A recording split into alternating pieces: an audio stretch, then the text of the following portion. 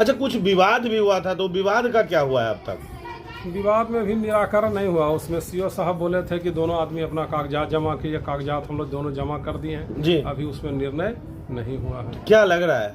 उसमें निर्णय नहीं हुआ है, आप बता रहे हैं महाविद्यालय का है। दूसरी तरफ बार विधानसभा पूर्व प्रत्याशी कह रहे हैं कि वो आपका नहीं है, तो कैसे? कहने से तो कागज न बोलता है जी। वो महामहिम के नाम से वो दान दिया गया है जी। उसका रसीद भी कट रहा है। तो जी।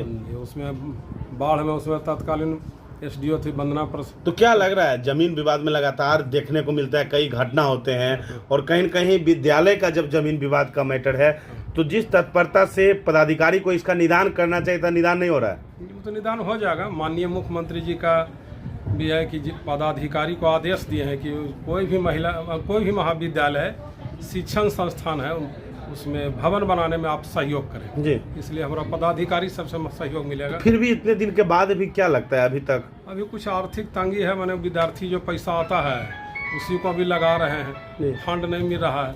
मतलब फंड के तंगी का जमीन का विवाद से क्या ताल्लुकात है? तो पैसा रहेगा था ना उसे हम बनाएंगे। तो मतलब एनओसी मिल गया है? एनओसी हमारा तो जमीन है ही। तो दावा जो दे रहे थे तो उनका दावा क्या बेबुनियाद हो गया है? बेबुनियादे है या अभी भी जांच में है? नहीं जांच क्या, तो सीओ साहब के हम कागजात दिए हुए हैं, कोई विवाद नहीं।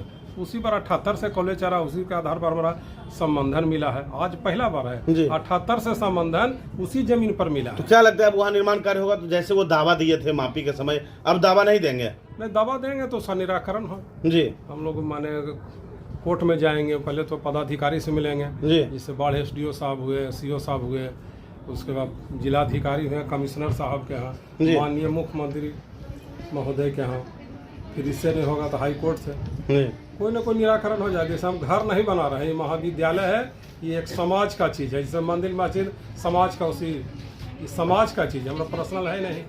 तो समाज के लोग को भी उसमें इंटरेस्ट लेना चाहिए।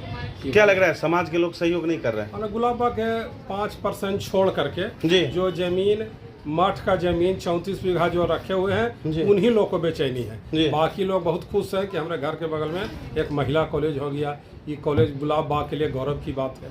लेकिन जो जमीन मठ का जो दखल किए हुए हैं, जिसमें बिल्डिंग बना ली है, उनको डर है कि कहीं नहीं लोग हमारा मकान भी तोड़वा दें, जबकि हमारा यह उद्देश्य नहीं। हमारा तो अपना जो जमीन है उससे हमको केवल मतलब है। Thank you sir. विकास कार्य हो रहा है, क्षमता बढ़ाया जा रहा है, क्या कुछ उद्देश्य है सर? उद्देश्य है कि पटना सिटी या बढ़िया के बीच में एक ही महिला कॉलेज है जी। मेरा उद्देश्य यही है कि बढ़िया से सुचारू ढंग से चले, कोई विद्यार्थी छात्राओं को कोई दिक्कत नहीं हो। यहाँ देहात सब की लड़की आती है, उसके नामांकन में कोई कठिनाई नहीं हो, पढ़ाई में कोई कठिनाई नहीं हो।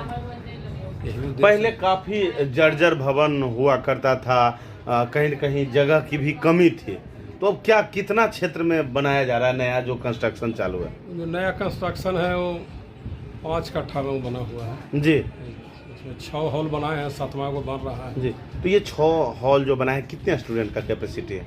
उसमें 700 विद्यार्थी का हम परीक्षा लेने की क्षमता है उसमें। जी। आगे क्या टारगेट रखे हैं? अगला टारगेट है जो 1.5 बीघा घेरे हैं जी, उसमें सांसद महोदय या विधायक जी कोई फंड दिए, उससे उसको पक्का बिल्डिंग बनाना है वहाँ। तो लगातार आप सांसद महोदय, मुख्यमंत्री महोदय से महाविद्यालय को सहायता की बात कर रहे थे, तो क्या कोई आगे बढ़े अब तक? अभी तक तो नहीं बढ़े, लेकिन प्रयास मेरा जारी रहेगा जब तक। अभी तक किन्हीं का सहयोग इस महाविद्यालय को नहीं मिला? नहीं मिला। तो क्या लग रहा है, एक तरफ जहां महिला सशक्तिकरण, महिला को आगे बढ़ाने की बात की जा रही है, वहीं आप बता रहे हैं कि पटना सिटी से बरहिया के बीच में एकमात्र महिला महाविद्यालय, फिर भी यहां लोगों का ध्यान आकृष्ट नहीं हो रहा है? नहीं, चुनावी वर्ष है, मुख्यमंत्री जी महोदय का इच्छा होगा तो कॉलेज चमक जाएगा जी। अच्छा, लैब भी यहाँ उपलब्ध है, तो क्या लैब में क्लास होता है बच्चों लोग का? हाँ, प्रैक्टिकल करवाते हैं। प्रैक्टिकल होता है। कितने स्टाफ टोटल अभी यहाँ है सर? स्टाफ तो रेगुलर में 51 गो है जी, और कुछ संविदा पर हम लोग रखे हुए हैं। अच्छा, लाइब्रेरी देखा गया, लाइब्रेरी का स्थिति जो है वो? हाँ, पहले लाइब्रेरी रूम छोटा था जी, तो उसको बड़ा में कन्वर्ट किए हैं जी।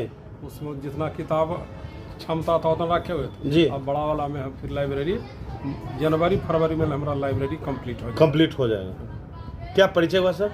डॉक्टर कौशल किशोर सिंह, प्रभारी प्राचार्य, संत संध्या दास महिला में।